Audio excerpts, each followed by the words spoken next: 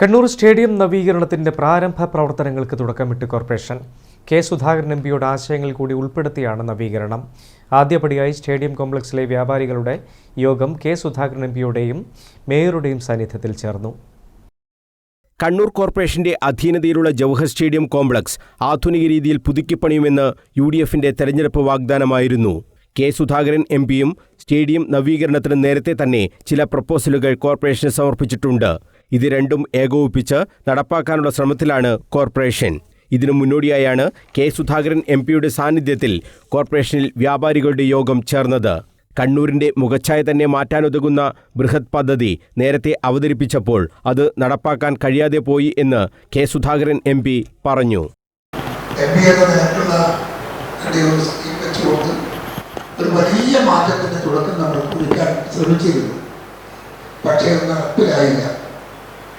കുറേ കാര്യങ്ങളിൽ ചർച്ച നടത്തി, കുറേ എണ്ണത്തിൽ യോജിപ്പിലെത്തി, മറ്റു ചിലതിൽ നടപ്പിൽ വരുത്താൻ സാധിക്കാത്ത തടസ്സങ്ങൾ വന്നു. അതുകൊണ്ടത് നമുക്ക് നടപ്പിലാക്കാൻ സാധിക്കാതെ പോയി. അതൊരു വലിയ പ്രൊജക്റ്റായിരുന്നു.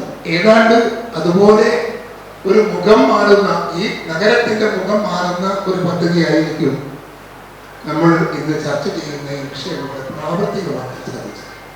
കണ്ണൂരിന്റെ വികസനത്തിന് വ്യാപാരി സമൂഹത്തിന്റെ അടക്കം പിന്തുണ ആവശ്യമാണെന്നും സുധാകരൻ വ്യക്തമാക്കി. ഇത് പൊളിച്ച് ഇത് കെട്ടിത്തൂക്കി നിങ്ങൾ വീണ്ടും ഒരു കച്ചവടത്തിലേക്ക് ഇറങ്ങി വരുമ്പോൾ ഉണ്ടാകാവുന്ന കാലതാമസങ്ങളൊക്കെ നിങ്ങളെ വ്യാകുലപ്പെടുത്തുന്നുണ്ടാകുമെന്ന് എനിക്കറിയാം. പക്ഷേ നമുക്ക് ഈ നഗരത്തിൽ ഒന്ന് പൊക്കിയെടുക്കാതിരിക്കാൻ നിർവാഹമില്ല. ഇവിടുത്തെ സ്റ്റേഡിയം ഒന്ന് മാറ്റിയെടുക്കേണ്ടതായിട്ടുണ്ട്. അതുപോലെല്ലാം ഒരു വ്യത്യസ്തമായ ഒരു മുഖം നമ്മുടെ നാടിന് നൽകാൻ സാധിക്കുന്ന രീതിയിൽ എല്ലാ നഗരങ്ങളും അതുപോലെ ഉയരുമ്പോൾ കണ്ണൂർ നഗരം മാത്രം ഉയരുന്നില്ല എന്ന് വന്നാൽ ചില മനസ്സിൽ കണ്ണൂരിലെ ജനങ്ങൾ ഒന്നിനും കൊള്ളാത്ത ആളുകളാണ് എന്ന ഒരർത്ഥമുണ്ട്. അത് ഒഴിവാക്കി പോകാനാണ് നിങ്ങളുടെ പൂർണ്ണമായ സഹകരണം, ഇവിടുത്തെ കച്ചവടക്കാരുടെ പൂർണ്ണമായ സഹകരണം. ആ സഹകരണം കൊണ്ട് മാത്രമേ നമുക്ക് നടപ്പിലാക്കാൻ സാധിക്കൂ.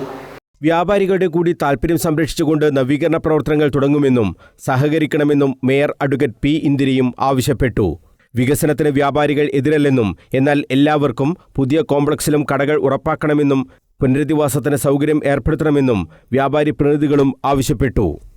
നമുക്ക് ഏവർക്കും അറിയുന്നത് പോലെ തന്നെ ഇവിടെ ഏകദേശം 162 റൂമുകളും പവലിയന് 18 ഓക്യുപ്പൻസ് അടക്കം ഏകദേശം 180 പേരും അവരുടെ കുടുംബങ്ങൾ അടക്കം ഏകദേശം 1500 കുടുംബങ്ങൾ ഈ സ്റ്റേഡിയം കോംപ്ലക്സിനെ ആശ്രയിച്ചുകൊണ്ടാണ് ജീവിക്കുന്നത്.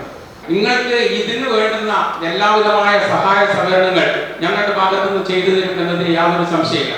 പക്ഷേ ഞങ്ങൾ അത് ചെയ്തു തരുമ്പോൾ ഞങ്ങൾക്ക് ബുദ്ധിമുട്ട് വരാത്ത രീതിയിലുള്ള ഒരു സാഹചര്യം ഒരുക്കി തരേണ്ടത് കണ്ണൂർ കോർപ്പറേഷന്റെ ചുമതലയാണ്. വ്യാപാരികൾക്ക് ബുദ്ധിമുട്ടില്ലാത്ത രീതിയിൽ കോർപ്പറേഷൻ നിർദ്ദേശിക്കുന്ന തരത്തിൽ നമ്മളുടെ വ്യാപാര സ്ഥാപനങ്ങൾ പ്രവർത്തിക്കുന്ന തരത്തിലേക്ക് വേണ്ടുന്ന സൗകര്യങ്ങൾ കോർപ്പറേഷൻ ചെയ്തു തന്നുകൊണ്ട് ചെയ്യണം എന്നത് മാത്രമാണ് ഈ അവസരത്തിൽ എനിക്ക് ഓർമ്മിപ്പിക്കാനുള്ളത്. ഇപ്പോഴത്തുള്ള ഈ 180 ആളുകളുണ്ട് റൂംസ്, അവരെ അവിടെ കുടിയൊഴിപ്പിക്കുക തൽക്കാലം. അതിനുശേഷം ബാക്കിയുള്ള പണികൾ ചെയ്ത് എവിടെയാണോ ഇപ്പോൾ നിലവിൽ ഈ കുടിയന്മാരുടെ ഷോപ്സ് പ്രവർത്തിക്കുന്നത് അതേ സ്ഥലത്ത് തന്നെ വീണ്ടും അവരെ കൊണ്ടുവരുന്നതിന് വേണ്ടി ശ്രമിക്കുക.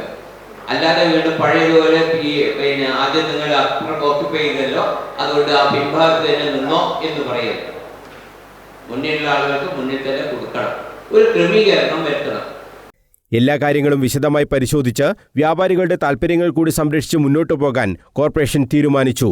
ഡെപ്യൂട്ടി മേയർ KP താഹിർ, പൊതുമരാമത്ത് standing committee chairman Rijil Makkutty, നഗരാസൂത്രണ standing committee chairperson P. Shameema, ആരോഗ്യ standing committee chairperson Sreeja Madathil, കൗൺസിലർമാർ തുടങ്ങിയവർ സംബന്ധിച്ചു. News bureau, Kannur.